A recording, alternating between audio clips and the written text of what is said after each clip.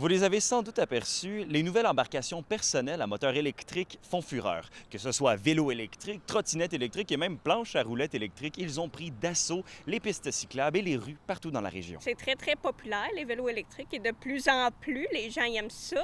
Au Québec, il faut pas que ça dépasse 32 km/h. En fait, les vélos électriques qui sont vendus ici sont supposés d'être bloqués à 32 km/h. Puis le port du casque aussi, c'est obligatoire justement parce qu'on peut aller assez vite.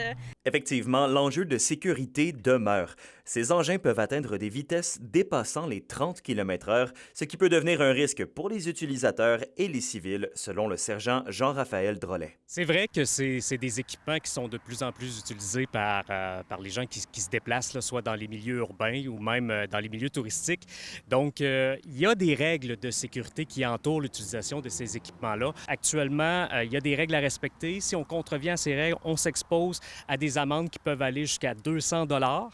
La rue, les routes, il y a des règles à respecter. Pour ce qui est des pistes cyclables, il faut se référer aux règlements municipaux de chaque municipalité. Si la cohabitation avec les automobilistes, les piétons et les règlements des différentes villes peuvent être un défi, le sergent conseille de bien se renseigner afin d'éviter des conflits potentiels. Sur le réseau routier, on a tendance souvent à penser que c'est uniquement pour les voitures puis pour les camions, de réaliser aussi qu'on est un usager vulnérable lorsqu'on est sur ces équipements-là.